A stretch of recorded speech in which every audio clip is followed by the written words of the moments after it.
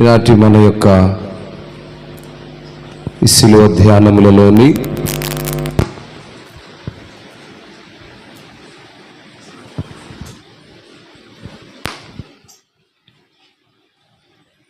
ఈనాటి కార్యక్రమము దేవుని మహాకృపలో నేను దాదాపు ఈ సమయానికి అందుకోలేనేమో అంటూ చాలా పరుగున వచ్చాను. దానియేల్ బ్రదర్కి కూడా 5 గంటల 15 నిమిషాలకు ఫోన్ చేశా. 5 గంటల 15 నిమిషాలకు నేను ఒంగోలులో ఉన్నా. 7:15 గంటలకు మార్కాపురం చేరాను. 7:15కు మీ మధ్యకు వచ్చా. చాలా హరివరితో మీ మధ్యకు వచ్చాను. దేవుడు మనందరినీ రీతిగా మరి సమకూర్చిన దానిని బట్టి దేవుని స్తుతిస్తున్నాను. స్తోత్రం, హల్లెలూయా. మంచిది. దేవుని ఘనపరిచి ముందున్న సమయాన్ని దేవుని దాసులకు అప్పగించుకుందాం.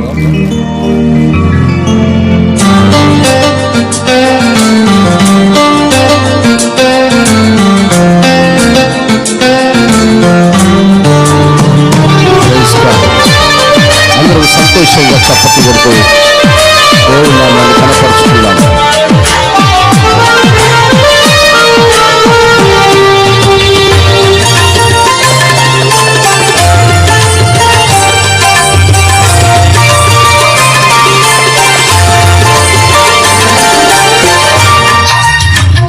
సొంతమైపోవాలి నా యేసుతో, మిళితమైపోవాలి నా ప్రియునితో. సొంతమైపోవాలి నా యేసుతో, మిళితమైపోవాలి నా ప్రియునితో. సొంతమై మిళితమై యేసుతో ఏకమై, సొంతమై మిళితమై యేసుతో ఏకమై, ఎగిరి వెళ్ళిపోవాలి నా రాజుతో, లీనమైపోవాలి ఆ ప్రేమలో. ఎగిరి వెళ్ళిపోవాలి నా రాజుతో, లీనమైపోవాలి ఆ ప్రేమలో.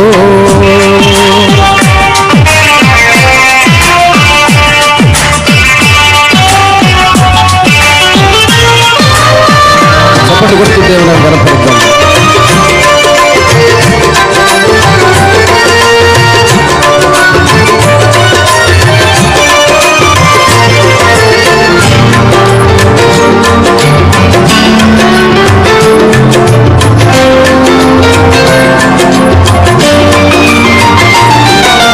నా ప్రియుడు నా కొరకు చేతులు చాచి, నా వరుడు కలువరిలో బలి ఆయను.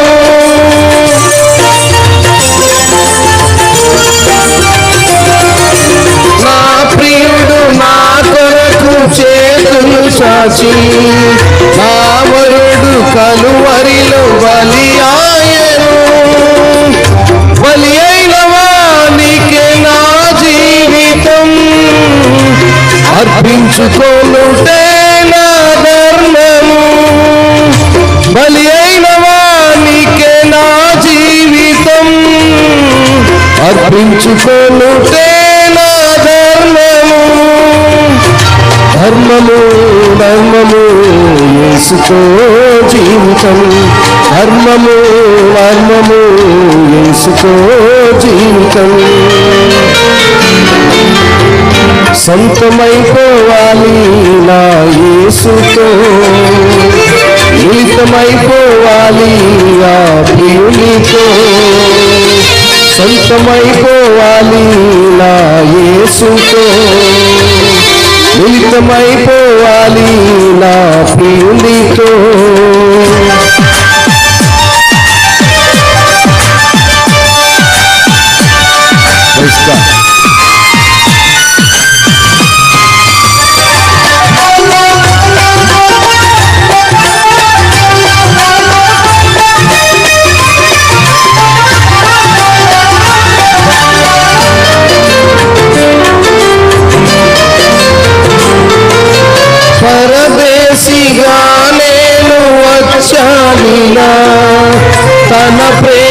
కీర్తిని చాటాలని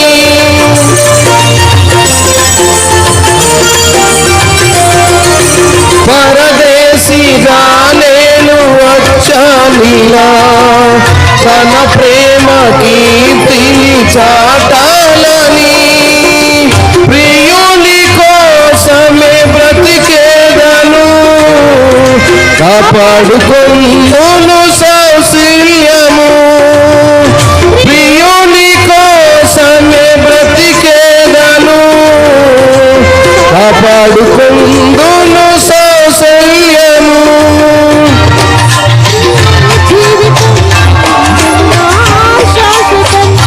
యేసుతో జీవితం పరమునా శాశ్వతం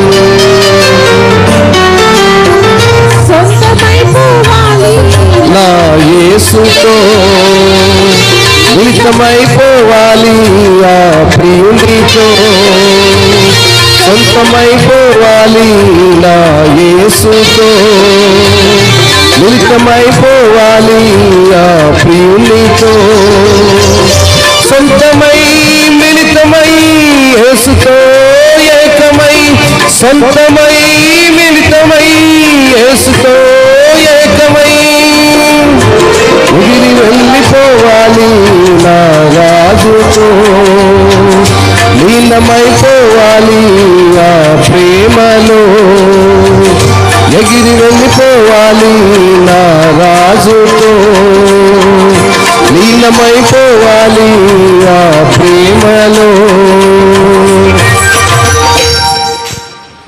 ప్రైజ్ గాడ్. మంచిది. దేవుని ఉన్నతమైన ఘనమైన నామములో ఈనాటి శిలువ ధ్యానములో నుంచి ఈనాటి వర్తమానం అందించుటకు మన మధ్యకు దేవుని దాసులు, మన ప్రియులు, మన యొక్క గ్రామ నివాసి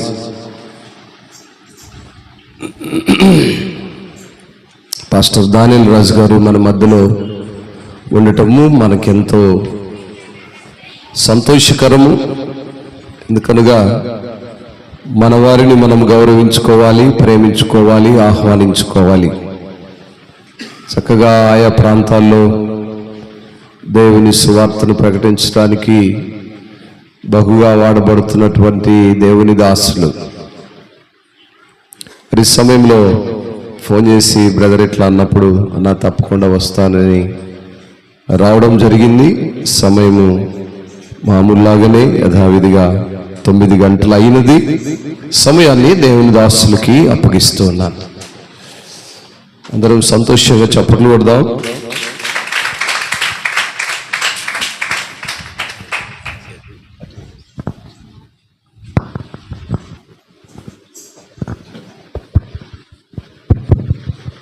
దేవుని పరిశుద్ధ నామమునకు కూడి వచ్చిన మీ అందరికీ వందనాలు. స్థానిక దైవజనులు పాస్టర్ గారికి కూడా ప్రత్యేకంగా వందనాలు తెలియజేస్తున్నాం. అందరూ బాగున్నారా? హల్లెలూయా, హల్లెలూయా, హల్లెలూయా అన్నారా? ఎల్లవయ్య అన్నారా?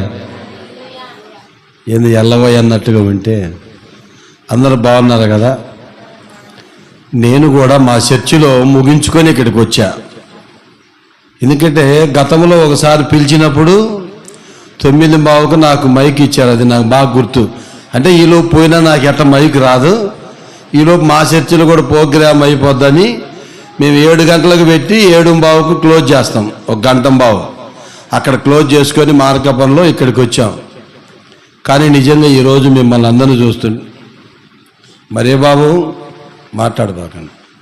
అందరిని చూస్తూ ఉంటే చాలా సంతోషంగా, చాలా ఆనందంగా ఉంది. మా వెనక్కి తిరగబాక. చాలా సంతోషం, చాలా ఆనందంగా మీ అందరిని చూస్తుంటే. ఇంకా ఎవరు మాట్లాడకూడదు, అటు ఇటు దిక్కులు చూడకూడదు, బిత్తర చూపులు చూడకూడదు. అర్థమైందండి?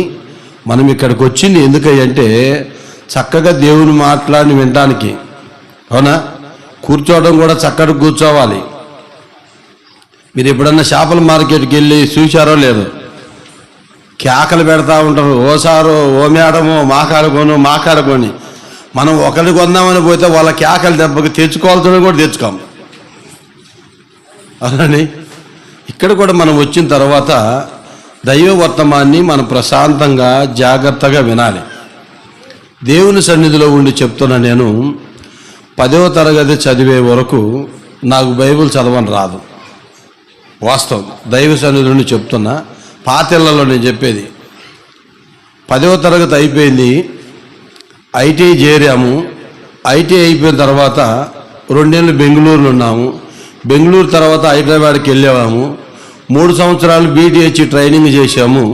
ట్రైనింగ్ అయిపోయిన తర్వాత ఆ ట్రైనింగ్లో ఎలా చదవాలి, ఎట్లా చదవాలని తెల్లవారుజామున 4 గంటలకు లేపి 6 గంటల దాకా మోకాల మీద ఉంచేవాళ్ళు. మళ్ళా క్లాసులు అయిపోయిన తర్వాత మళ్ళా రాత్రు ఆ విధంగా వాళ్ళు అలవాటు చేశారు. దగ్గర ఇప్పుడు ఆది కాండం నుంచి ప్రకటన గ్రంథం వరకు 41 సార్లు చదివా నేను. ఎన్నిసార్లు? కానీ నా ఆశ, నా తపన ఒకటే, దేవుణ్ణి అడిగేది, నేను చనిపోబోయే లోపు నా వయసు ఎంతైతే ఉందో అన్నిసార్లు చదవాలనేది నా ఆశ. కానీ 1 సంవత్సరం బ్యాలెన్స్ మిగులుతుంది. 1 సంవత్సరం బ్యాలెన్స్ ఉంది, కానీ నేను చనిపోయేలోపు ఆ 1 సంవత్సరం కూడా బ్యాలెన్స్ చేయాలి. ఆ రోజు ఖాళీ లేక అల్లాడిపోయిన టైం ఉంది. ఈరోజు ప్రతిరోజు దేవుడు ఏదో ఒక ఊరు, ఏదో ఒక ప్రాంతానికి వెళ్ళి సువార్త పరిచర్య చేస్తున్నామంటే అది మన కృప కాదు, ప్రభు కృపే అది. అవునండి. ఎన్నిక లేని వారిని ఎన్నిక చేసుకునే ప్రభువే ఈరోజు నిలబడుకుంటే మాట్లాడేవాడు బలహీనుడు, మాట్లాడుచున్నవాడు బలవంతుడు. అర్థమేనండి. మాట్లాడేవాడు ఎవరు? బలహీనుడు. మాట్లాడుచున్నవాడు బలవంతుడు. కానీ మనం వినాల్సిన మాటలు ఎవరే అంటే మాట్లాడే వ్యక్తి కాదు, మాట్లాడుతున్న దేవుని మాటలు మనము జాగ్రత్తగా వినాలి. అర్థమేనండి. ఇప్పటికి లెంట్ దినాలు స్టార్ట్ అయ్యి 20 రోజులు. మార్చి 5వ తారీఖు భస్మ బుధవారంతో మొదలైంది ఈ లెంట్ డేస్. ఏప్రిల్ 20వ తారీఖుతో క్లోజ్ అవుతుంది. 18వ తారీఖు గుడ్ ఫ్రైడే వస్తుంది, 20వ తారీఖు ఈస్టర్ వస్తుంది, వేస్ట్ అయిపోద్ది. కానీ చాలా తక్కువ మంది ఇక్కడికి వచ్చారు. ఇదే ఊర్లో ఎవరైనా ఒక అమ్మాయిని తీసుకొచ్చి కానీ ఎగిరిచ్చే మాట కానీ అయితే ఒక్కళ్ళుండరు ఇంట్లో, పిల్లలు మొత్తాలు వచ్చి కూర్చుంటారు. అవునండి, వాస్తవమేనా? కానీ దేవుని దగ్గరికి రావాలంటే దేవుని మందిరంలో 1 దినము నువ్వు గడిపితే 1000 దినాల ఆశీర్వాదాన్ని నువ్వు పొందుకుంటావు. ఎన్ని దినాలు గడిపితే? 1 దినమే, ఒకే 1 దినం. ఒకసారి చేపలమడుగు గ్రామంలో పిలిచారు నన్ను, ఇదే లెంట్ దినాలకు. ఎన్ని గంటలకు రావాలో మీ ఊరికి అని చెప్పాను నేను. అయ్యా మా ఊరికి నువ్వు సరిగ్గా 6:15 రమ్మన్నారు. నేను 6:15 వెళ్ళాను. ఒక రూములో కూర్చోబెట్టారు నన్ను. వాళ్ళు 6:30 నుంచి పాటలు మొదలుపెట్టారు. ఇంకా పిలుస్తారు అని అనుకుంటే 10:30 దాకా పాడారు. 145 పాటలు పాడిన వాళ్ళు. ఎన్ని పాటలు చెప్పాలా? నేను లెక్కేసుకుంటా ఉన్న రూమ్లో కూర్చొని ఇంకా పిలుస్తారేమో 10:30కి మైక్ ఇచ్చి, పాస్టర్ గారికి అంత తెలుసు, పాస్టర్ గారికి అన్నీ తెలుసు, 10 నిమిషాలు ముగిత్తలు అన్నారు. మార్కాపురం నుంచి చేపలమడుగు దగ్గర ఈ ఒక 45 కిలోమీటర్లు, అవి ఒక 15, మొత్తం ఎన్ని? 50 కిలోమీటర్ల ప్రయాసముతో నేను పోతే 10 నిమిషాల్లో పాస్టర్ గారు ముగిస్తా అన్నాడు. ముందు మైక్ ఇస్తే కదా అది 10 నిమిషాల్లో ఎంతసేపు అని. మైక్ ఇచ్చేదాకా నేను మెదలకుండా, మైక్ ఇచ్చిన 1.5 గంట చెప్పిన ప్రసంగం కూక్కిమంటే ఒట్టు ఎవరైనా. ఇక్కడ అట్లా చెప్పంలే, మళ్ళీ మీరెందుకు గుండెలు బాదుకుంటారు. ఇక్కడ టయానికే ముగిస్తాము, మీరేమి కంగారు పడాల్సిన అవసరం లేదు.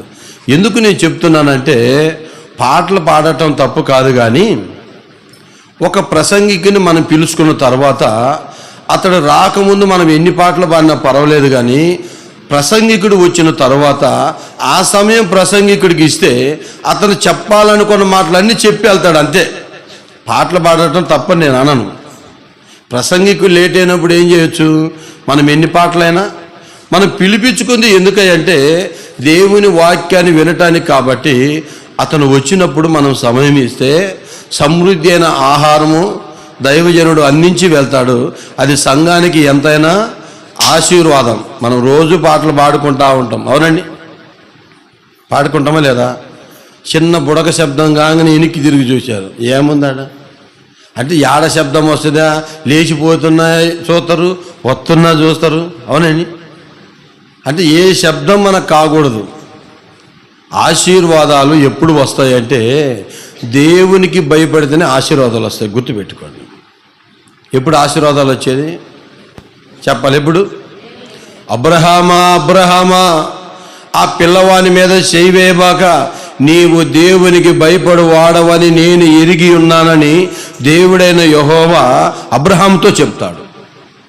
ఎవరికి భయపడ్డాడు అబ్రహాము? ఇస్సాకు ఎవరికి భయపడ్డాడు? తండ్రికి భయపడ్డాడు. తండ్రి ఎవరికి భయపడ్డాడు? పరలోకపు తండ్రికి భయపడ్డాడు. ఈ తండ్రి ఆ తండ్రికి ఎప్పుడైతే భయపడ్డాడో ఈ కుమారుడు ఈ తండ్రికి భయపడ్డాడు. తల్లిదండ్రులుగా ఉన్న మనము, ఎందుకంటే నేను ఒక తండ్రిని కాబట్టి చెప్తున్నా, తల్లిదండ్రులుగా ఉన్న మనము దేవునికి భయపడితే మన పిల్లలు మనకు భయపడతారు. ఇది గుర్తుపెట్టుకోండి. ఎవరైనా సరే తల్లిదండ్రులుగా ఉన్న మనం ఎవరికి భయపడాలి? అప్పుడు మన పిల్లలు ఏం చేస్తారు? మనకు భయపడతారు. మనము దేవునికి భయపడకపోతే మన పిల్లలు మనకు భయపడరు. కుటుంబంలో పిల్లలు చెబితే వినరు, గుర్తుపెట్టుకోండి. పిల్లలు నువ్వు ఏదైతే చేస్తున్నావో చూసి నేర్చుకుంటారు. ఏ పిల్లలైనా చెబితే వినరు ఈరోజు, అవునండి? నువ్వు ఏదైతే చేస్తావో అదే నీ పిల్లలు చేస్తారు.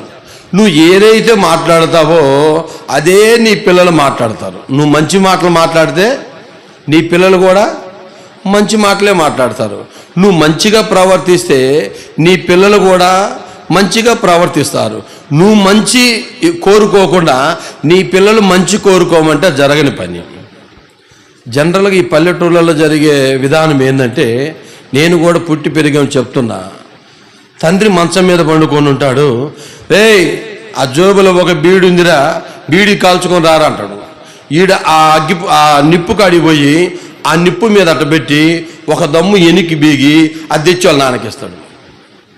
వాస్తవం నేను చెప్పేది అబద్ధం కాదు, ఇది సత్యం. ఒక్క దమ్ము వాడు ఎనికి బీర్చి వాళ్ళ నాన్నకు తెచ్చిస్తాడు. వాళ్ళ నాన్న చూడ్డది. తరువాత రేయ్ అక్కడికి వెళ్ళి సీస పట్టకరాపోరా అంటాడు. సీస పట్టకొచ్చేది కాకుండా దాన్ని కలపమని ఆ సీస అక్కడ వేసిన తర్వాత వాళ్ళ నాన్న వెళ్ళిపోతాడు. వాళ్ళ నాన్న వెళ్ళిపోయిన తర్వాత ఈడేం చేస్తాడంటే ఆ సీసలో నీళ్లు పోసుకొని ఈడు తాగుతాడు. అర్థమైందండి? వాళ్ళ నాన్న వెళ్ళిపోతాడు. ఈడేం చేస్తాడు? మా నాన్న ఎంత బాగుంటే దీన్ని తాగుతుండో, రోజు తాగుతుండు కదా, ఏముంది దీంట్లో, నేను కూడా తాగితే ఎట్టుంటుందని ఒక సుక్క నీళ్లు పోసుకొని తాగుతాడు. పెద్ద అయినాక అబ్బా కొడుకులు ఎదురుమల గురికి పేకట ఆడుతుంటారు, ఎదురుమల కూర్చొని తాగుతుంటారు, ఎదురుమల కూర్చొని కొట్టుకుంటారు. కారణం ఎవరు? పిల్లలు కాదండి. ఎవరు? మా మామ ఆర్మీ, మా బావ ఆర్మీ. మా మామ ప్రతిరోజు తాగుతాడు, ఆర్మీ బాటలు ప్రతిరోజు తాగుతాడు. మా భార్య సుశీల ఏమన్నదంటే, మా నాన్న తాగటం ఏ రోజు నేను చూడలేదు అన్నది. కానీ మా మామ రోజు తాగుతాడు. నా పెళ్ళి 23 సంవత్సరాలు, మా మామ రోజు తాగుతాడు, నేను ఏ రోజు చూడలే.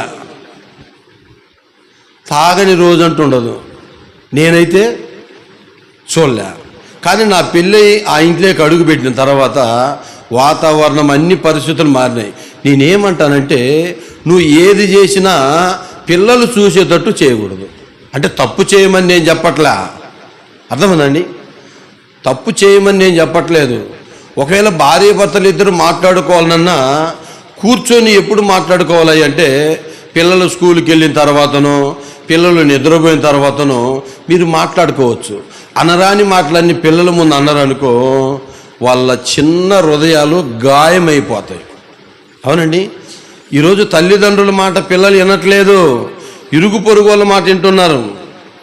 తల్లిదండ్రుల మాట వినట్లేదు, ఇరుగు పొరుగులు ఏది చెప్తే తింటున్నారు.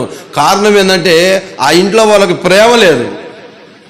ఇప్పుడు చూసినా మా అమ్మ మా నాన్న కొట్లాడుకుంటారు, మా అమ్మ మా నాన్న తిట్టుకుంటారు.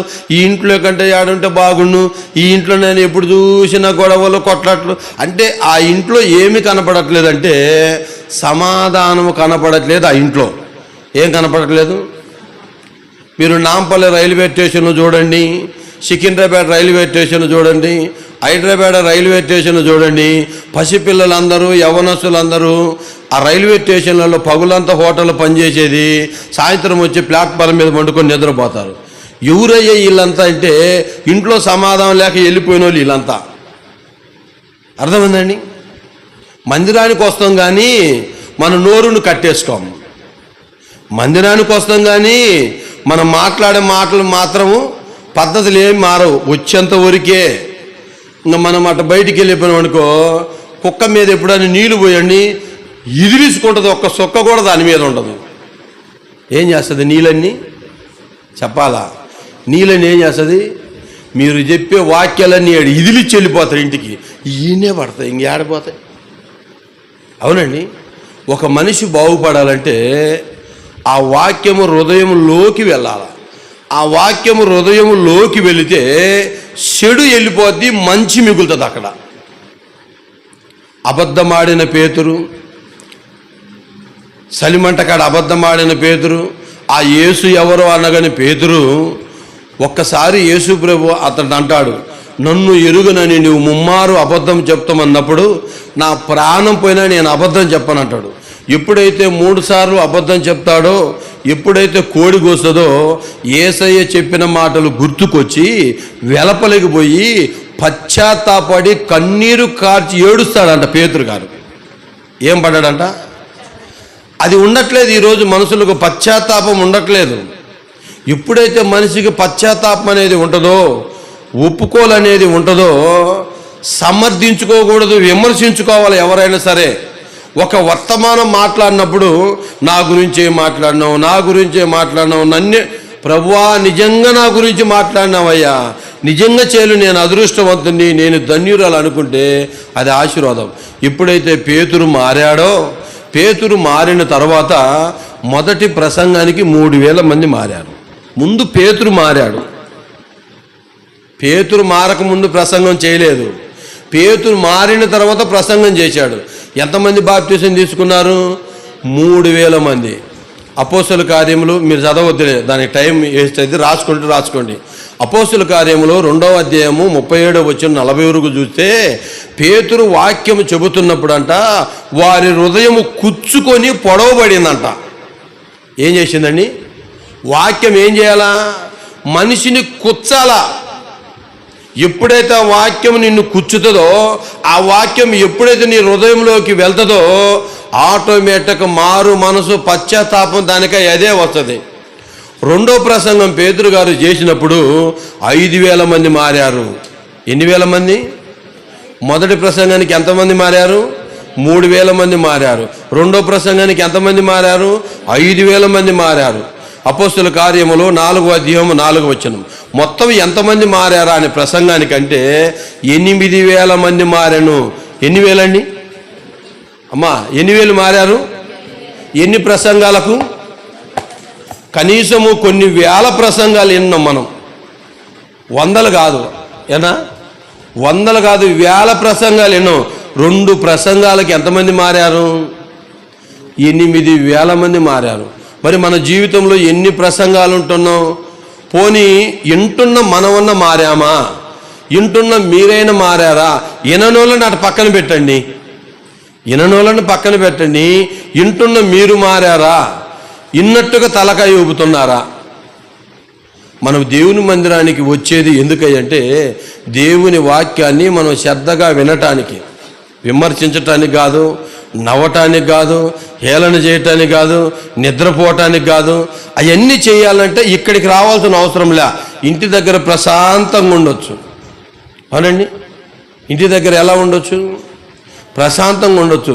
ఇక్కడికి వచ్చి మనము వినకుండా, వినేవాళ్ళని వినియకుండా అలా చేయటం వల్ల దేవునికి లెక్క అప్పచెప్పాలి. మనకు పిల్లలు ఉన్నట్టుగా సాతానికి కూడా పిల్లలు ఉన్నారు. వినాలి మీరు జాగ్రత్తగా. మనకు పిల్లలు ఉన్నట్టుగా సాతాను గాడికి 3 పిల్లలు ఉన్నారు.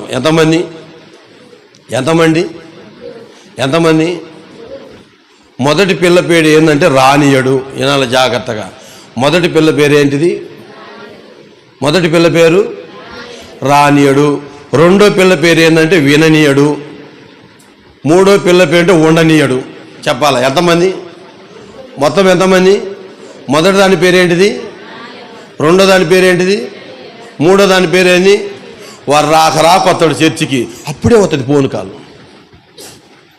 రాక ఎప్పుడో వస్తాడు, సంవత్సరానికి 6 నెలలకు ఒకసారి, అప్పుడే ఫోన్ కాల్ అన్న వస్తుంది. లేకుంటే ఎవరన్నా ఒకరు పిలుస్తారు. పోని పిలిచినోడు విందామనుకుంటే ఈ పక్కోడు ఏదో ఒకటి అడుగుతాడు, ఏందంట ఈడాడికంటే వెళ్ళిపోవటం మేలే అని. అర్థమైందండి? మనం ఇక్కడికి వచ్చేది ఎందుకంటే దేవుని వాక్యం వినటానికి. ఈ లెంట్ డేస్ అనేది, లెంటు అనేది అది ఇంగ్లీష్ పదం అండి. ఏ పదము? లెంటు అనేది ఇంగ్లీష్ పదము. ఈ లెంట్ డేసులలో మన వాళ్ళు ఏం చేస్తారంటే, చాలామంది మటన్ తినరు, చాలామంది బూతులు మాట్లాడరు, చాలామంది సీరియల్ చూడరు, చాలామంది కార్యక్రమాలు ఏమి చూడరు. ఎందుకంటే ఇది లెంటు తినాలని. కొంతమంది 40 దినాలకు మాల వేస్తారు. ఏసు మాల. ఏం మాల? హిందువులు మాల వేస్తారు, మనోళ్ళు కూడా మాల వేస్తారు. ఏం మాల ఇది? ఈ 40 రోజులు మందు తాగరు, చికెన్ తినరు, భార్య వండి పెట్టి తినరు. 40 రోజులు అయిపోతే ఒకే రోజు అంతా కాకొడతారు. కానీ అది ఆచార భక్తి. అది ఏచార భక్తి. ఏసయ్య కావాల్సింది నీ హృదయం అండి. ఏం కావాలా? ఆయన ఎక్కడ ఉండాలని కోరుకుంటున్నాడు అంటే నీ హృదయములో ఉండాలని కోరుకుంటున్నాడు ఆయన. ఈ లెంటు దినాలనేది ప్రియ దేవుని బిడ్డలారా, తెలుగులో ఏంటంటే లెంటెస్ట్ అనే పదము, అది తెలుగుది. 40 రోజులు భస్మ బుధవారంతో మొదలవుతుంది. ఏ బుధవారం? మనం మట్టల ఆదివారం రోజు మట్టలు పట్టుకొని ఊరంతా తిరుగుతాము, అవన్నీ పడేస్తాము, అవన్నీ బూడిదైతే ఆ బూడిద తీసుకొచ్చి కొంతమంది బొట్లు పెట్టుకుంటారు. కొంతమంది ఏం చేస్తారు? బొట్లు పెట్టుకుంటారు. కొంతమంది పొలం చుట్టూ జల్లుకుంటారు. అంటే ఏంటిది? ఆచారం. ఏంటిదండి అది? ఆచారం. అయితే ఈ 40 రోజులు ఎక్కడ మొదలైనాయంటే మోషే దగ్గర నుంచి మొదలైంది. ఇది ఎక్కడ మొదలైంది? ద్వితీయోపదేశ కాండము 9వ అధ్యాయము 9వ వచనాన్ని మనం లేఖన భాగాన్ని ధ్యానించుకుందాం. ద్వితీయోపదేశ కాండము 9వ అధ్యాయము 9వ వచనం. దీనికి అర్థం ఏంటంటే చీల్చుట లేక సిగిరించుట. ఏంటిదండి దీని అర్థము? చీల్చుట లేకుంటే సిగిరించుట. ఆరాతి పలకలు అనగా యెహోవా మీతో చేసిన నిబంధన సంబంధమైన పలకలను తీసుకొని కొండ ఎక్కినప్పుడు అన్నపానములు మాని ఆ కొండ మీద 40 పగళ్ళు 40 రాత్రులు ఉండిరే చాలు. మోషే గారు 40 దినాలు ఉపవాసం ఉన్నాడు. ఎక్కడ ఉన్నాడంటే కొండ మీద ఉన్నాడు. నీళ్లు తాగలేదు, అన్నం తినలేదు. ఏం చేయలేదు ఆయన? నీళ్ళు తాగలేదు, అన్నం తినలేదు. ఎందుకు కొండ ఎక్కాడంటే 10 ఆజ్ఞలు రాతి పలకల కోసం. ఎందుకోసమండి? 10 ఆజ్ఞలు రాతి పలకల కోసము. కొత్త నిబంధనలో మనం చూసుకున్నట్లయితే యేసు ప్రభు వారు కూడా 40 దినాలు ఉపవాసం ఉన్నాడు. మత్తయి సువార్త 4వ అధ్యాయము 1-2 వచనాలను మనం లేఖన భాగాన్ని ధ్యానించుకుందాం. అప్పుడు యేసు అపవాది చేత శోధింపబడుటకు ఆత్మ వలన అరణ్యమునకు కొనిపోయెను. 40 దినములు 40 రాత్రులు ఉపవాసముండి చాలు. ఎన్ని రోజులు ఈయన ఉపవాసం ఉన్నాడంటే 40 పగలు 40 రాత్రులు. మోషే ఎన్ని దినాలు ఉన్నాడంటే 40 పగలు 40 రాత్రులు.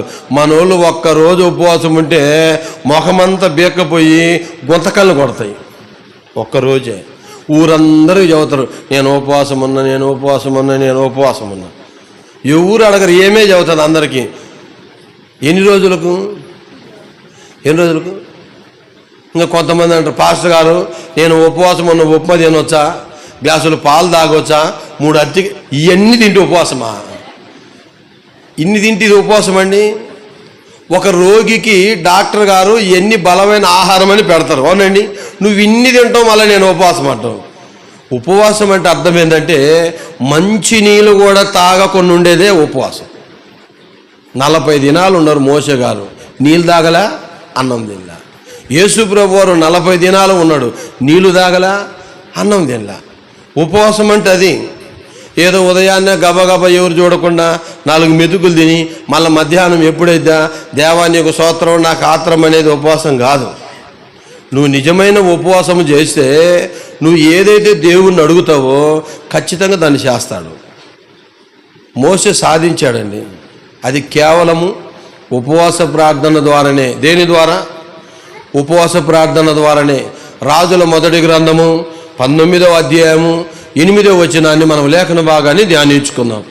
రాజుల మొదటి గ్రంథము 19వ అధ్యాయము 8వ వచనం చూడండి.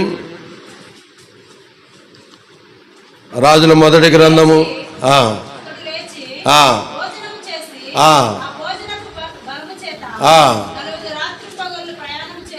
చాలు చాలు. ఈయన ఎన్ని పూటలు భోజనము చేశాడు ఏలియా గారు అంటే? ఒక్క దినమే భోజనం చేశాడు, 40 దినాలు ప్రయాణం చేశాడు. జాగ్రత్తగా నాలా. ఎన్ని పూటలు తిన్నాడు ఆయన? ఒక్క పూటే. ఎన్ని పూటలు ఎన్ని పూటలు తిన్నాడు? ఒక్క పూటే తిన్నాడు. ప్రయాణం ఎన్ని రోజులు చేశాడు? 40 రోజులు ప్రయాణం చేశాడు ఒక్క పూటతోటే. మనోళ్ళు ఒక్క పూట తినకపోతేనే భూకంపాలు సృష్టిస్తారు. ఒక్క పూటే. ఒక ముద్ద తక్కువైనా కూడా సట్లు చెరవలు మొత్తం తిరగడ పడతాయి కొన్ని నీళ్ళల్లో అయితే, అవునండి. ఎన్ని పూటలకు? ఒక్క ముద్ద తక్కువైనా అంతే, ఒక పూట తక్కువైనా అంతే. ఎక్కువ తిన్నా నిద్ర రాదు, తక్కువ తిన్నా నిద్ర రాదు. అర్థమైందండి? ఎక్కువ తిన్నా నిద్ర రాదు, చెప్పాలా? ఎక్కువ తిన్నా నిద్ర రాదు, తక్కువ తిన్నా నిద్ర రాదు. అందుకే అది గుర్తెరిగిన సొలొమోను మహారాజు అంటాడు, నాకు ఎక్కువ అవ్వద్దు, తక్కువ అవ్వద్దు, తగిన ఆహారం దయచేయమంటాడు ఆయన. ఎంతంట? ఎక్కువ వద్దు. ఒకవేళ ఎక్కువ అయిందనుకో యెహోవా ఎవడనందునేమో, ఒకవేళ తక్కువ అయిందనుకో నా దేవుని నామానికి దూషించునేమో. అందుకు మనకు తక్కువ వద్దు, ఎక్కువ వద్దండి. తగిన ఆహారం ఇస్తే చాలు. మనకు తినటానికున్నా ఉండటానికున్నా ఎన్నున్నా దేవుడు నాకేమిచ్చాడు నాకేమిచ్చాడు ఇది మాత్రం బంగారం అలా అంటాం, అవునండి. మీరు కొంతమంది ఒక్కోసారి చూడండి, మార్కాపురంలో మన ఎరికలోళ్ళు కానీ జంగాలోళ్ళు కానీ చూడండి, ఒక పూట భోజనం ఉంటే ఒక పూట భోజనం ఉండదు, సొక్కుంటే నిక్కరు ఉండదు, నిక్కరుంటే సొక్కు ఉండదు. వాళ్ళకంటే ఎంత అదృష్టవంతులం మనం. ఆలోచన చేశారు ఎప్పుడైనా? అవునండి. మనకున్న దాంట్లోనైనా సమృద్ధిగా ఉంటున్నాం, సమృద్ధిగా తింటున్నాం, సమృద్ధిగా కట్టుకుంటున్నాం. వాళ్ళకంటే మనం ఎంత అదృష్టవంతులం, అవునండి. నా బతుకు ఎప్పుడు ఇంతే, నా బతుకు ఉన్నా ఏడుతో లేకపోయినా ఏడుతో, తిన్నా ఏడుతో తినకపోయినా ఏడుతో, నీ బతుకంతా ఏడిపే. దేవుని బిడ్డలు ఎల్లప్పుడూ సంతోషంగా ఉండాలి. ఎలా ఉండాలంట? నువ్వు తిన్నా సంతోషంగా ఉండాలా, తినకపోయినా సంతోషంగా ఉండాలా, ఉన్నా సంతోషంగా ఉండాలా, లేకపోయినా సంతోషంగా ఉండాలా. దశలో రాసిన మొదటి పత్రిక 5వ అధ్యాయము 16వ వచనం. దశలో రాసిన మొదటి పత్రిక 5వ అధ్యాయము 16వ వచనం. పై వచనం ఉంటే చదువు నాన్న.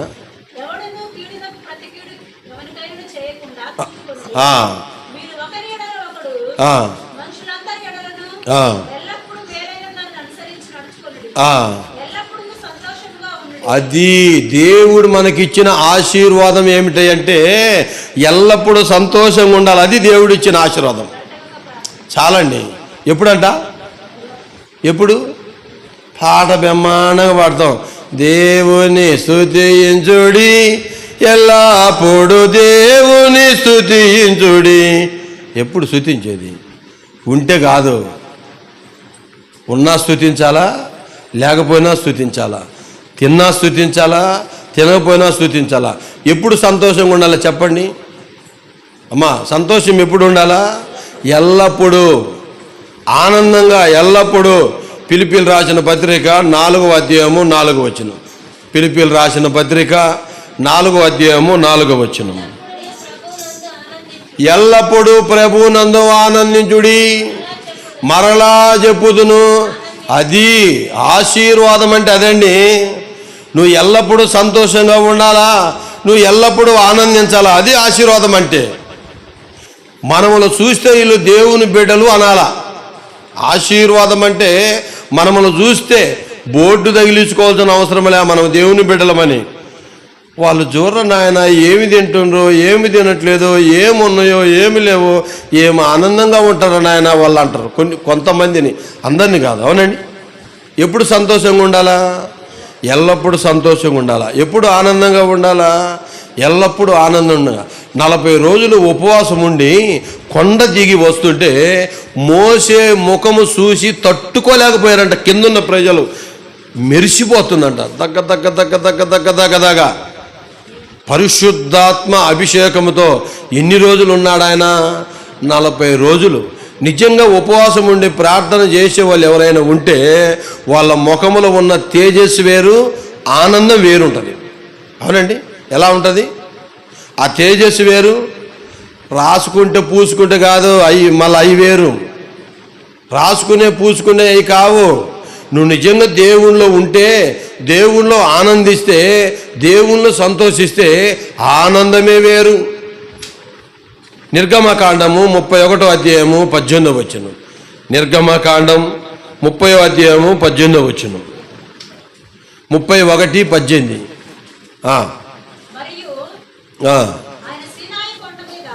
మరియు ఆయన సీనాయి కొండ మీద మోషేతో చాలించిన తరువాత ఆయన తన శాసనము గల 2 పలకలను, అనగా దేవుని వ్రేలితో రాయబడిన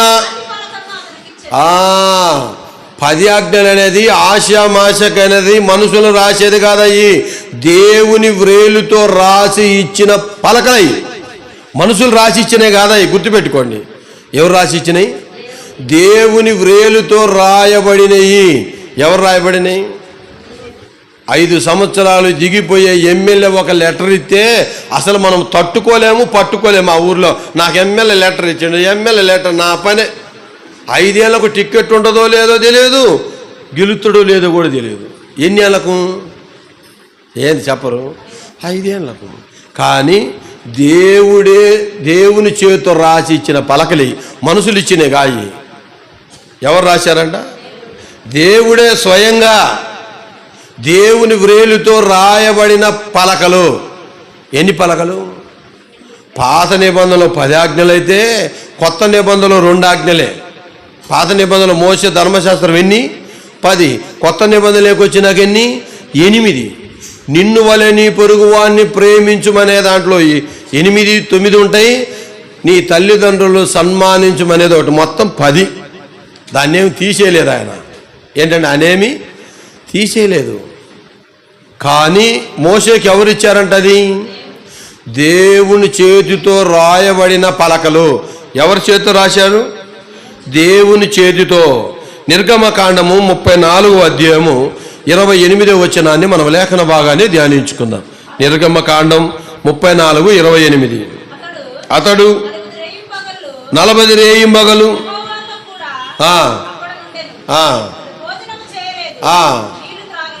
బా ఆయనతో పాటు ఎవరు ఉన్నారా అంటే దేవుడైన యెహోవా ఉన్నాడంట. మీరు చాలా చక్కగా చదవాలి దాన్ని. ఎవరున్నారంట ఆయనతో పాటు? చాలామంది ఈరోజు ప్రయాణం చేస్తూ ఉంటారు. జాగ్రత్తగానండి. చాలామంది ప్రయాణం చేస్తూ ఉంటారు. ప్రయాణం చేసేటప్పుడు ఏం చేస్తారండి? భార్య అన్న ఎదురు రావాలా, పిల్లలన్న ఎదురు రావాలా, తల్లిదండ్రులన్న ఎదురు రావాలా, అప్పుడు కానీ ప్రయాణం చేయరు. కానీ దేవుడు నాతో ఉన్నాడు, దేవుడు నాలో ఉన్నాడు, నా ప్రయాణం అంతటినీ క్షేమంగా ఉంటానని ఏ రోజైనా నువ్వు ఆలోచన చేసావా? ఒకవేళ నువ్వు ప్రయాణానికి బయలుదేరావు, అప్పుడే తుమ్మారనుకో, ప్రయాణం చేస్తావా, ఆగిపోతావా? అమ్మ చెప్పాలి, నేను అడిగిందని చెప్పండి. ప్రయాణానికి నువ్వు సిద్ధమయ్యావు, అప్పుడే ఎవరొకరు తుమ్మారనుకో, ప్రయాణం చేస్తారా, ఆగిపోతారా? చెప్పాలా? ఇప్పుడు తుమ్ము మంచిదా, నష్టమా, లాభమా? చెప్పండి చెప్పండి అమ్మా. లాభమా, నష్టమా? ఏదో ఒకటి చెప్పండి. తుమ్ము నష్టమా, లాభమా? చెప్పాలా? నేను బైబిల్లో చూపిస్తలే, మీకు ఇబ్బంది లేదు. నష్టమా, లాభమా మీరు చెప్పాలా అమ్మా? ఆ లాభం అనేవాళ్ళు ఎంతమంది చెప్పండి? నష్టం అనేవాళ్ళు మిగతా వాళ్ళందరూ, అంతేగా మరి. సరే, రాజుల మొదటి గ్రంథము 4వ అధ్యాయము 34-35 వచనాలను మనం లేఖన భాగాన్ని ధ్యానించుకుందాం.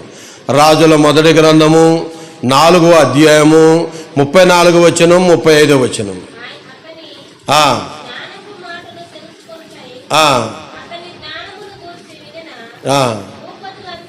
అమ్మ నువ్వేం చదువుతున్నావు? సరే 35 చదువు. 2వ రాజులమ్మా, నువ్వు మొదటి రాజు చదువుతున్నావు, 2వ రాజులు చదువు.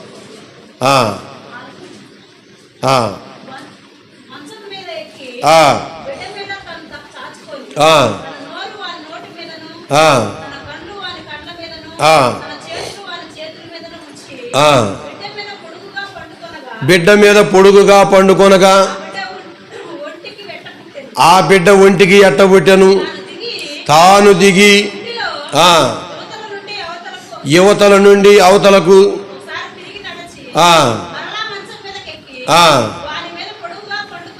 పండుకొనగా బిడ్డ 7 మార్లు తుమ్మి. ఇప్పుడు చనిపోయిన బిడ్డ దేని ద్వారా బతికాడు?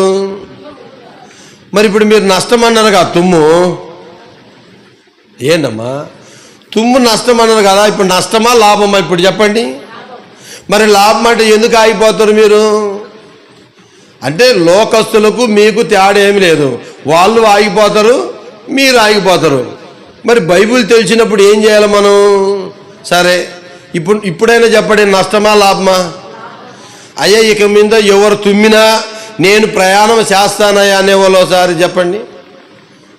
అంటే ఇంకా ఆగిపోతారు అన్నమాట. ఇట్టిట్ట ఎందుకు లేపేది? ఇట్ట లేపాలి కదా.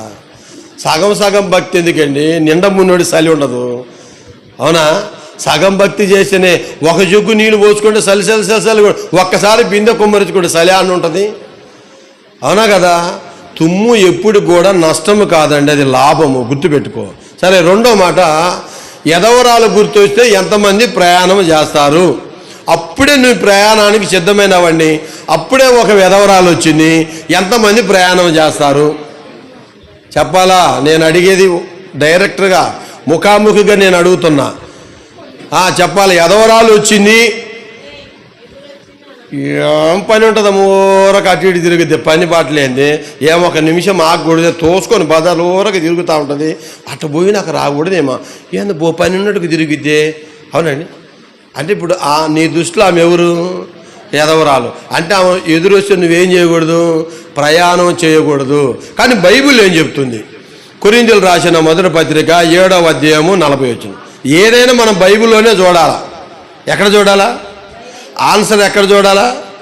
బైబిల్లోనే చూడాలా. సమాధానం ఎక్కడ చూడాలా? బైబిల్లోనే చూడాలా. ఈరోజు మీకు క్లారిటీ చేస్తాను నేను. కొరింథీయులకు రాసిన మొదటి పత్రిక 7వ అధ్యాయము 40 వచనం. అయితే ఆమె ఎదవరాలుగా ఉండినట్లయినా, ఆమె ఎదవరాలు కాదండి, ధన్యురాలు. ఆమె నువ్వు ఎదవరాలు నువ్వు అనుకుంటున్నావు, కానీ బైబిల్ ఏం చెప్తుంది? ఆమె ఎదవరాలు కాదు, ధన్యురాలు. గుర్తుపెట్టుకో. చెప్పాలా? ఎదవరాలా ధన్యురాలా? నువ్వేమంటున్నావు? ఆమె ఎదవరాలు నువ్వు అంటున్నావు. బైబిల్ ఏమంటుంది? ఆమె ఎదవరాలు కాదు, ఆమె ధన్యురాలు. ఈరోజు ఒక దైవజనుడిగా నేను చెప్తున్నా, 25 సంవత్సరాలు నా సేవా పరిచర్యలో నేను ఏ కార్యం మొదలుపెట్టినా ఎదవరాలను ఒక 5 మందిని పిలుచుకొచ్చి నేను కార్యక్రమం చేస్తా. అసలు మంచిని పిలవను. నేను ఏ కార్యం చేసినా ఎదవరాలనే ఏరుకుంటా, ఏడాడు అందరూ వాళ్ళతోటే ప్రారంభిస్తా. నాకు బైబిల్ తెలుసు కాబట్టి, తెలియనప్పుడు చేసానేమో కానీ ఇప్పుడు నాకు బైబిల్ తెలుసు. బైబిల్లో ఏముంది? ఆమె ఎదవరాలు కాదు, ఆమె ఎవరు? ధన్యుడు. అంతకంటే ఆశీర్వాదం ఏం కావాలి మనకు? ధన్యురాలను పట్టుకొని నువ్వు ఎదవరాలు అంటున్నావు, అవునండి. ఏమంటున్నావు నువ్వు? శరీరానుసారంగా ఆమె భర్త కోల్పోయింది, కానీ ఆత్మానుసారంగా ఆమెకు భర్త ఉన్నాడండి. శరీరానుసారంగా ఏమైపోయాడు? భర్త చనిపోయాడు. ఆత్మానుసారంగా ఏమున్నాడు? ఆమెకు భర్త ఉన్నాడు. యెషయా గ్రంథము 54వ అధ్యాయము 5వ వచనం. ఈరోజు మీకు ప్రతిదీ బైబిల్లోనే చూపిస్తున్నాను. యెషయా గ్రంథము 54వ అధ్యాయము 5వ వచనం. నిన్ను సృష్టించిన వాడు. ఆమె ఎదవరాలు ఎదవరాలు ఎదవరాలు, ఆమె భర్త లేడు ఉన్నాడు. శరీరానుసారంగా భర్త పోయిండు, ఆత్మానుసారంగా భర్త ఆమెకున్నాడు. ఆమె వెధవరాలు కాదు, ఆమె ధన్యురాలు. ఏంటి? ఆమె వెధవరాలు కాదు. ఎవరామా? ఏ భర్త ఉన్నాడు ఆమెకు? ఆత్మానుసారమైన భర్త ఆమెకు ఉన్నాడు, శరీరానుసార భర్త ఆయనకు లేడు. కానీ నువ్వు ఎప్పుడు కూడా ఆమెను ఎదవరాలని అనకూడదు. నిర్గమకాండం, ద్వితీయోపదేశకాండము 9వ అధ్యాయము 18వ వచనం. ద్వితీయోపదేశకాండము 9వ అధ్యాయము 18వ వచనం.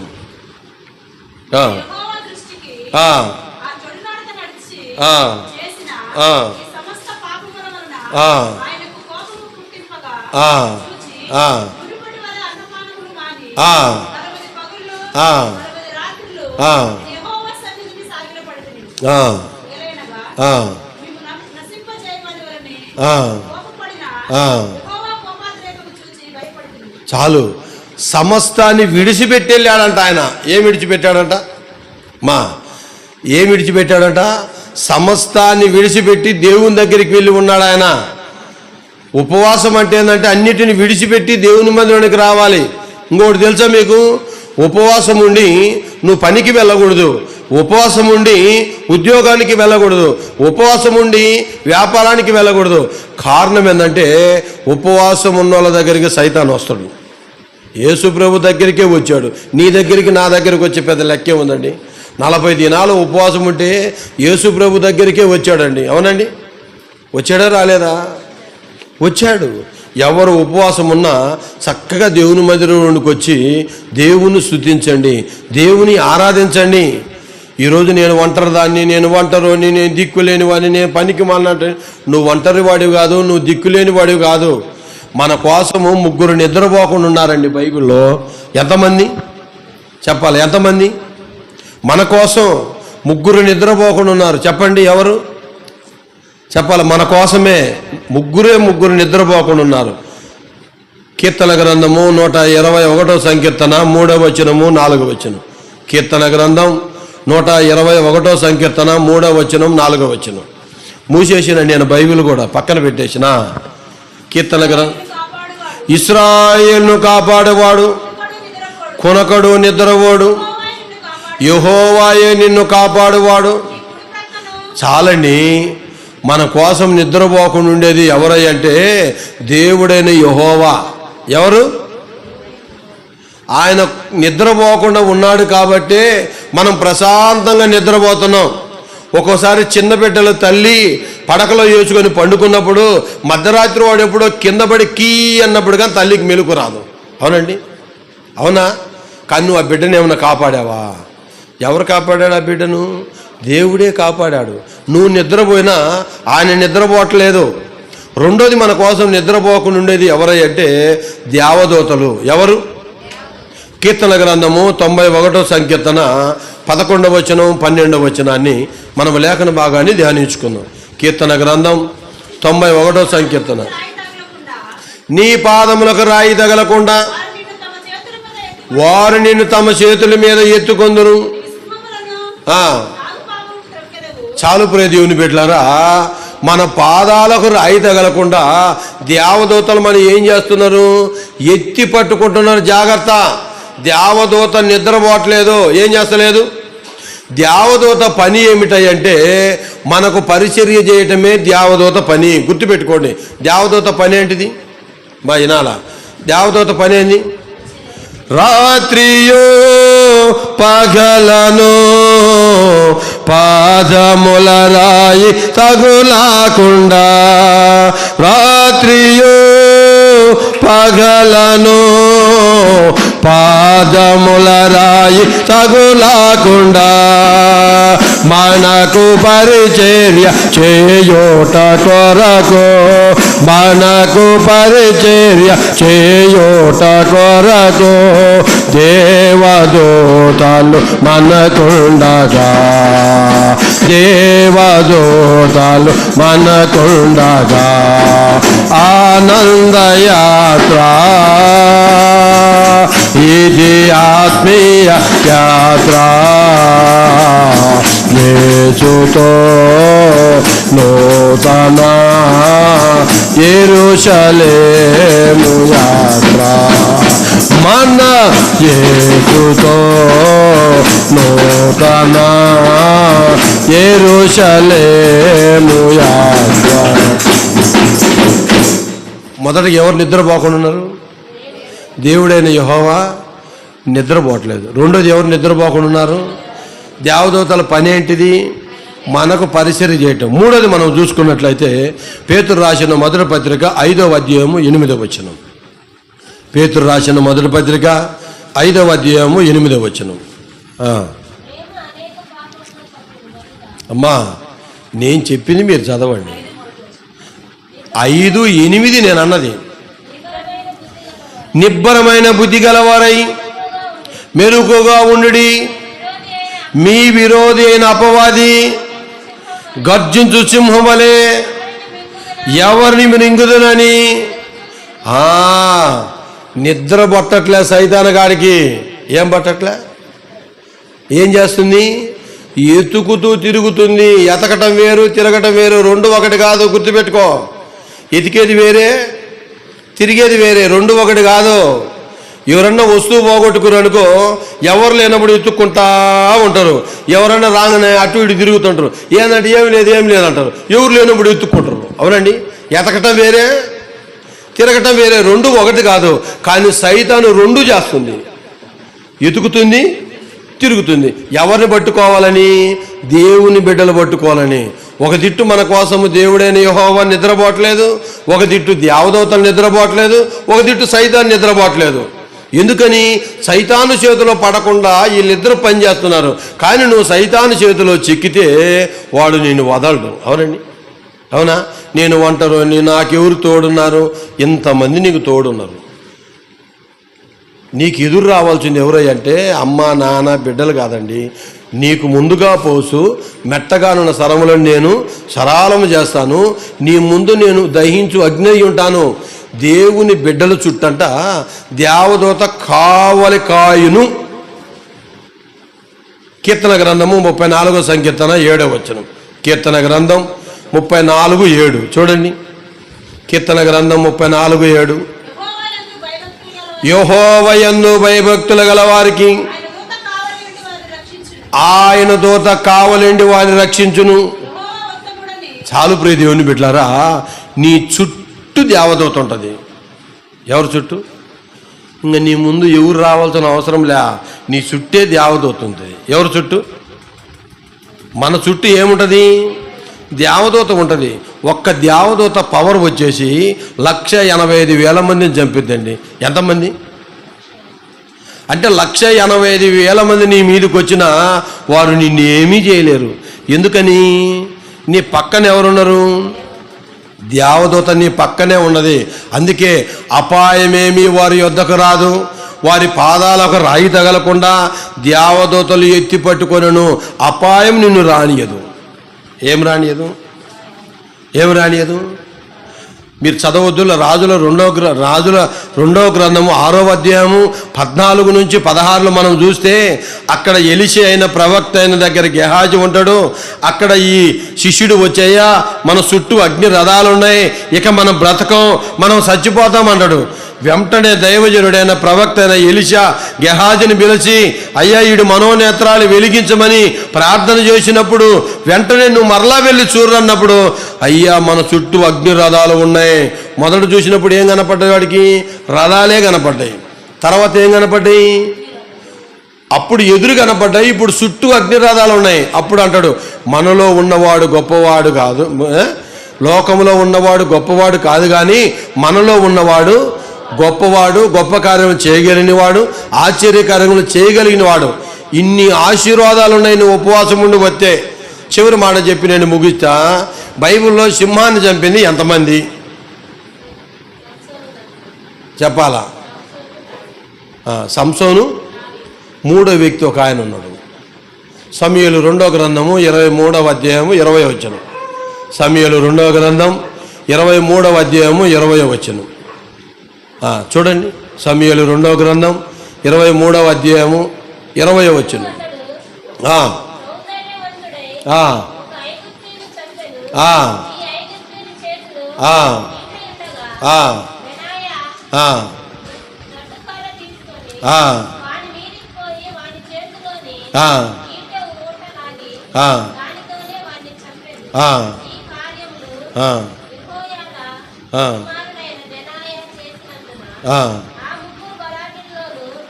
అమ్మా, మంచు కాలములో దాగి ఉన్న సింహాన్ని చంపాడనే మాట ఉంది చూడమ్మా.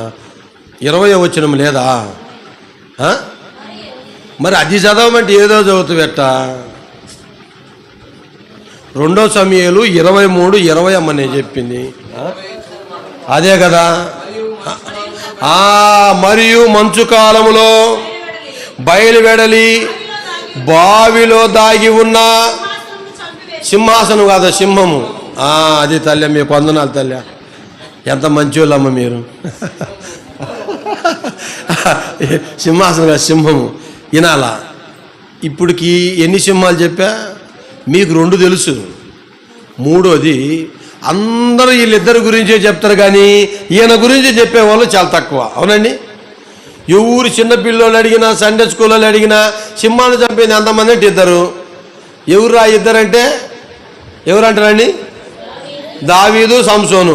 కానీ వాళ్ళిద్దరి కంటే గొప్పవాడు ఎవడంటే బెనయ. కారణం ఏంటి చెప్పమంటారా? మంచు కాలములో బావిలో దాగి ఉన్న సింహాన్ని చంపాడు ఆయన.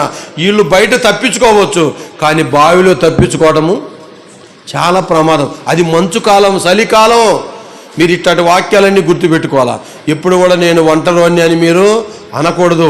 నీ చుట్టూ ఎవరున్నారు? దేవదూత ఉన్నారు. నీ కోసం నిద్రపోకుండా ఎంతమంది ఉన్నారు? 3 ఉన్నారు.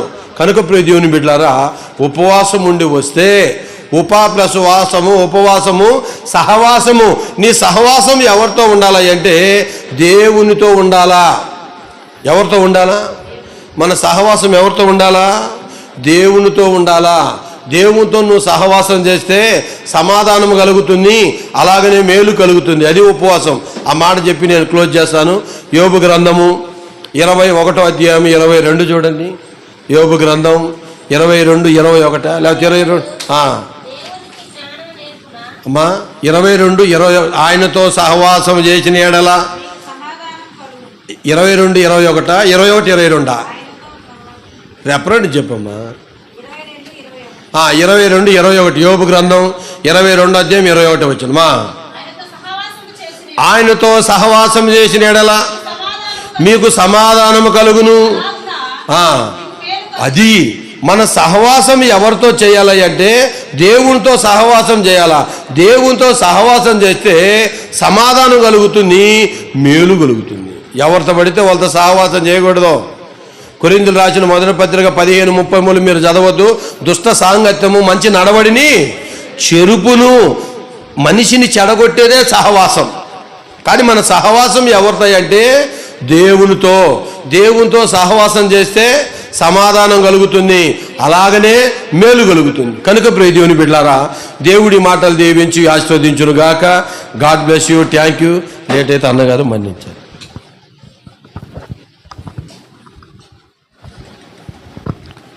మంచిది. దేవుని ఉన్నత నామములో శిలువ ధ్యానంలో ఈనాడు వర్తమానం అందించుటకు మన గ్రామ ప్రియులు మరి దానిలన్నకు సంఘపక్షం వందనాలు తెలియజేస్తున్నాను. చాలా ఉన్నతమైన విషయాలు, అంటే సహజముగా మనకుండేటువంటి అలవాట్లు, దాని ఆధారముగా బైబిల్లో ఉన్నటువంటి విషయాలు ఎంతో నేర్పరిగా మరి వివరించినందుకు మరి సంఘపక్షంగా మరి ధన్యవాదాలు తెలియజేస్తూ మరి ఈ కార్యక్రమాన్ని ముగించుకుందాము. చివరి ప్రార్థన అనంతరము మరి అల్పాహారము మనకు సిద్ధపరచబడింది. ఈ దినము మరి పులివెమ్మల యోహాను, నవ్య, యవన బిడ్డలు ఇరువురు కూడా వారి యొక్క కష్టార్జితమును హెచ్చించి ఈనాటి అల్పాహారము సిద్ధపరిచారు. నిన్నటి దినమున మెసేజ్ మనకు హాఫ్ రికార్డ్ అయింది, హాఫ్ అవ్వలా. అంటే ఏదంటారు కదా, ఫస్ట్ ఎపిసోడ్ ఫస్ట్ ఇంటర్వెల్ తర్వాత నుంచి అయింది. ఇంటర్వెల్కి ముందుండే దాన్ని ఏమంటారు? సినిమాలో 2 పార్ట్లు ఉంటాయి కదా, ముందు పార్ట్ని పార్ట్ ఒక పార్ట్ మాత్రమే రికార్డ్ అయింది. ఆ పార్ట్లో నేను ఒక సందేశం చెప్పాను, అది రికార్డ్ అయ్యి మళ్ళీ రిప్లై అయింది. మా అత్తయ్య గురించి చెప్పాను కదా, ఆమె దాన్ని క్లియర్గా విని మళ్ళీ దాన్ని ఈరోజు నాకు రిపీట్ చేసింది. చాలా బాగా చెప్పారు, మంచిగా ఉంది, అల్పాహారం సిద్ధపరుస్తున్నారు అందరూ అని చెప్పారు. నేను కూడా పూనా నుంచి పంపించాలనుకుంటున్నాను, ప్రార్థన చేయండి అని వారు కోరారు. అంటే మన ఛానల్ను చాలా దూరంలో ఉన్న ప్రజలు కూడా ప్రతి మాట చూస్తున్నారు. ఆమె డైలీ చూస్తూ హాఫ్ మాత్రమే వచ్చింది నిన్న రికార్డింగ్లో, కొంత మిస్టేక్ జరిగి. ఆ రిమైనింగ్ హాఫ్ రాలేదేంటి, ఎందుకు రాలేదు అని మన వాళ్ళు ఎవ్వరు అడగట్లేదు. దూరంలో ఉండేవాళ్ళు చూసి చక్కగా అడుగుతున్నారు. చూడాలి ఎక్కడ మిస్టేక్ జరిగింది, ఎక్కడ తప్పు జరిగింది, ఎవరు ఏం చెప్తున్నారు. మరి 40 దినాల్లో ఈ రోజుకు ఎన్ని 20 రోజుల 20 రోజులు జరిగినాయి. అంటే 20 మంది సేవకుల వర్తమానాలు విన్నారు. వాళ్ళు స్వార్థకులైనా విశ్వాసులైనా సేవకులైనా ఆ విన్న ప్రతి మెసేజ్కు రిప్లై ఉండాలి, ప్రతి మెసేజ్కు ఒక ఆ సమాధానం. అందరూ చూస్తున్నారు, అందరూ చదువుతున్నారు, అందరూ వింటున్నారు, అందరికీ ఫోన్లు ఉన్నాయి. రోజు ఈ విషయాన్ని చెప్తానే ఉన్నాను, కానీ దానికి రిప్లై రావాలి, ఖచ్చితంగా రావాలి. కనుక ఒక్కొక్క దైవజనుని దేవుడు నించోబెట్టి ఒక్కొక్క ఉన్నతమైన ఉపదేశాలను మనకు బోధిస్తున్నాడు. మంచిది, దేవుడు ఆ రీతిగా మంచి ఉన్నతమైన ఉపదేశాన్ని బోధించిన అన్నకిని చేర్చిన మనందరికీ దేవుడు తన కృపను నిండారుగా కుమ్మరించునుగాక. ప్రార్థన చేసుకుందాం. రేపటి దినమునకు మరొక దైవజనుడు మన మధ్యలో ఉపదేశించబోయేటువంటి గొప్ప సంగతులు, ఆత్మ నడిపింపు, అభిషేకంతో కూడబడినటువంటి మాటలు దేవుడు పలుకులాగున ప్రార్థన చేద్దాం. స్తోత్రం స్తోత్రం స్తోత్రం స్తోత్రం స్తోత్రం. పరిశుద్ధుడా, ప్రేమ కలిగిన తండ్రి, నీ ఘనమైన ఉన్నతమైన నామాన్ని బట్టి మీకు వందనాలు, స్తోత్రాలు స్తోత్రాలైనా. అద్భుత రీతిగా ప్రభువా, ఈ శిలువ ధ్యానములు, రక్షణ సువార్త కూడినటువంటి వర్తమానములు 40 దినములు కొనసాగించడం అనేది మీ చిత్తములు మీరు ఏర్పాటు చేసుకున్నారు.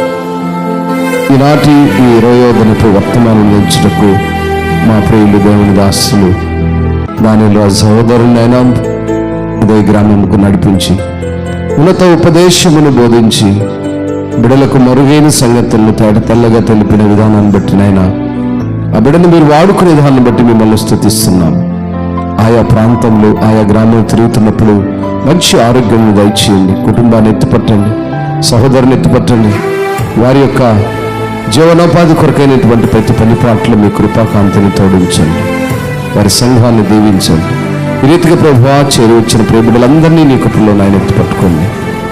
దినదినం ప్రభువా, ఆధ్యాత్మికముగా ప్రతి కుటుంబము లేవనెత్తబడి, ప్రతి కుటుంబము ఆశ్చర్యకరముగా మార్చబడి, ప్రతి కుటుంబము నీ సన్నిధానములో మోకరిల్లి ఉన్నతమైన ఉపదేశములను నాయన బోధిస్తున్న దైవజనుల మాటలను ఆలకించి నెమరు వేసుకుంటూ వారి హృదయంలో లేని సంగతులను నేర్చుకుని ఆ రీతిగా నడుచుకునే కృపలోనికి ఎత్తిపట్టమని రాత్రికాల సమయంలోనైనా మీరుండి బోధించిన ప్రతి మాటను మిమ్మల్ని స్తుతిస్తూ మా ప్రభువు మా రక్షకుడు యేసే ఘనమైన నామములో ప్రార్థించి మనవులన్నీ అడిగి వేడుకొని పొందుకొని ఉన్నాము తండ్రి.